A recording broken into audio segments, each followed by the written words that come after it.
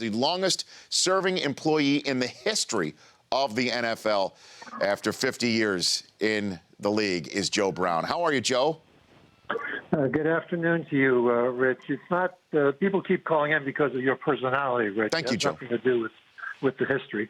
Earlier today, I got a phone call asking me whether I could go on with you. Yes. And as you know, Rich, we every year we try to get the AFL league office staff and the NFL league office staff who were there at the time in 1966 get together. And we alternate. In the odd years, we have a luncheon over at the NFL offices. And in even years like this year, 50th year, we have a golf tournament. And as luck would have it, we have a rain delay in the golf tournament. And so it's your personality plus the rain delay. That's the reason why I'm calling in. So you're saying it's divine intervention as well. There you go. Is how this... So are you real? Has there really been an annual celebration that you're talking about? Yeah, you believed that last year when I told you that. I did. Still believing it. Yeah, it's not. It's interesting because those AFL, staff, the AFL staff, and back in those days, 50 years ago, we'd call them secretaries. Now they're vice presidents.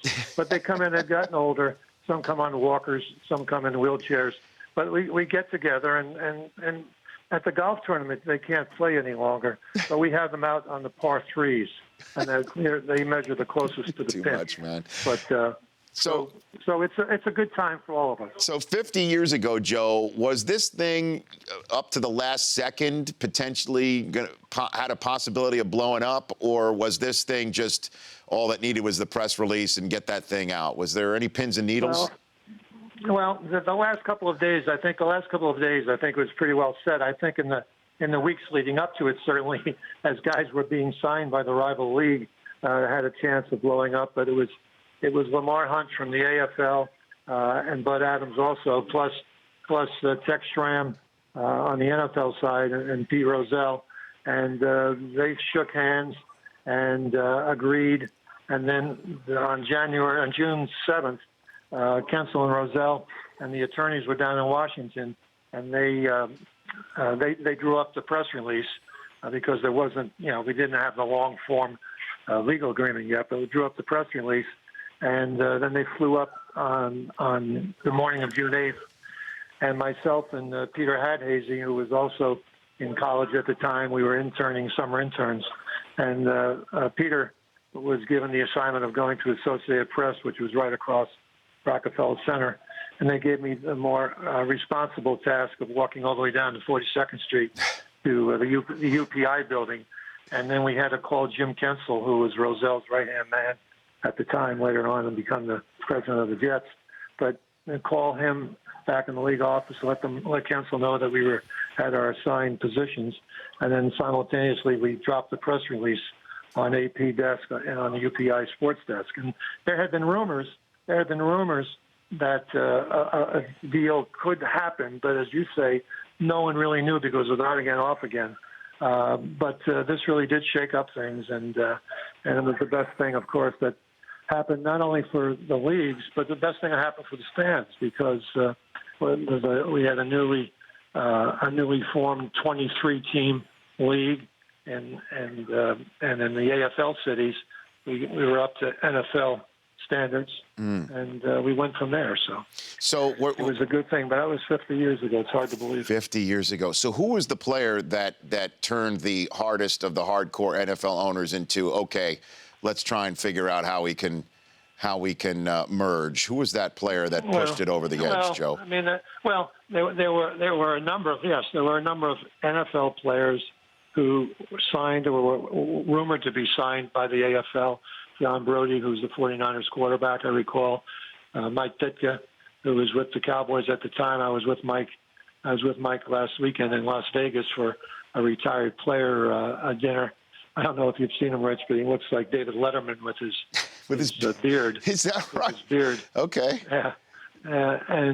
But Ditka signing with Bud Adams and the Oilers on a napkin. But then on the other side of the fence, Wellington Mara, God bless him, the Giants, they signed Pete Godolak, the kicker from the Bills, and that shook things up because all of a sudden now the NFL teams were signing AFL good AFL players as opposed to just having a one-way street. So it got to be a little chaotic, and I think both sides realized, hey, if we don't settle this thing, some of our teams are going to go out of business, both on the AFL and the NFL side, because it was getting so expensive, and the overwhelming majority of the revenues were going to the players. So you sure you weren't in Vegas for a site survey of the new Raiders Stadium, Joe? You sure that's not what you were doing? Mark Davis was there, wise guy. Mark Davis was there. He was there, and God bless Mark. You know, I spoke to Mark on Friday afternoon before the dinner, and I told him that, you know, all the times that Al, his dad, talked about, well, if I don't get what I want in Oakland or in Irwindale or in L.A., I'll just move the team to Vegas, and everyone laughed. And now it's closer than it's ever been. You know, I'm not saying it's going to happen. Sure. But it's closer than it's ever been. It's unbelievable. I'd be remiss if I didn't ask, even though I don't know the answer to the question, Joe, is there a good Muhammad Ali story involving a Super Bowl or an NFL or Roselle? Anything that you can recall? No. I remember him being in Minnesota.